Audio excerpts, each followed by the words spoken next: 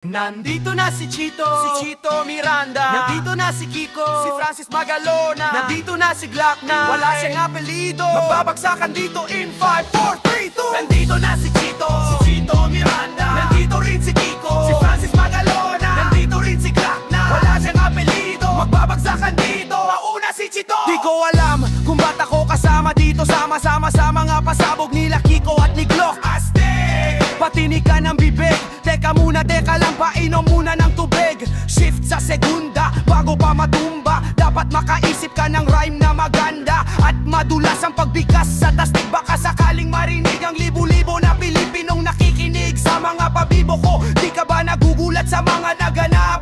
Di ko din alam kung ba't ako sikat. Para bang panaginip na pinilit makamit. Talagang sinusulit ang pagiging makulit. Kailangan galingan, di na kayang tapatan ang tugtugan ng parokya at aming samahan.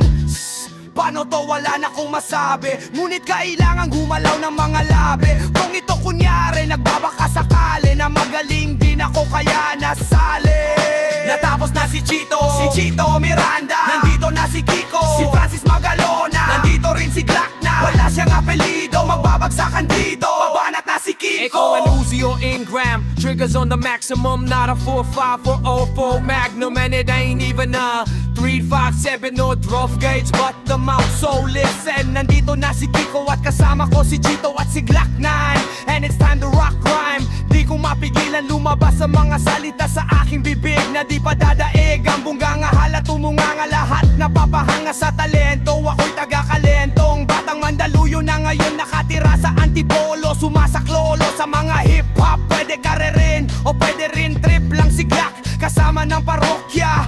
Parang bulagaan at kailangang di mabokya. Hindi mo na kailangan pa malaman pa kung bakit pa kaming lahat ay nagsama-sama. Mic check! Eto na nagsanib na ang puwersa. Francis Magalona, Glock 9 at ang parokya. 1, 2, 3, 4, let's vote! Hey! Natapos na si Chito Miranda. Tapos na rin si Kiko, si Francis Magalona. Nandito na si Glock 9. Mic check! Wala siyang apelido. Wala ba yung white mic? Magbabagsakan dito, kailangan nang mag-ingat. At ang huling bagsakan, si Glock 9 nababanat.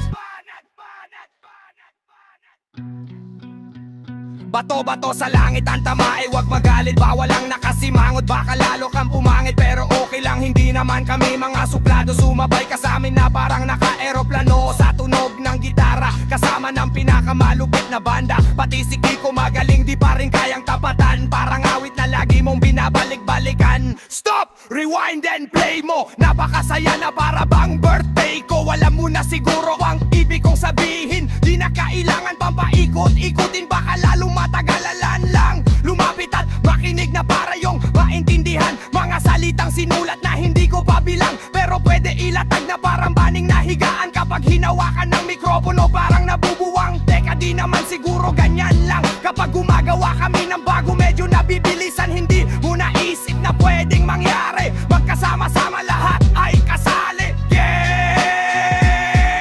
Ngayon lang narinig, hindi na to madadaig. Nagsama-sama sa bagsakan at nag-iisang bibig. Mag-ingat-ingat ka nga at baka masindak sapagkat nandito na si Chito at si Kiko at si Glock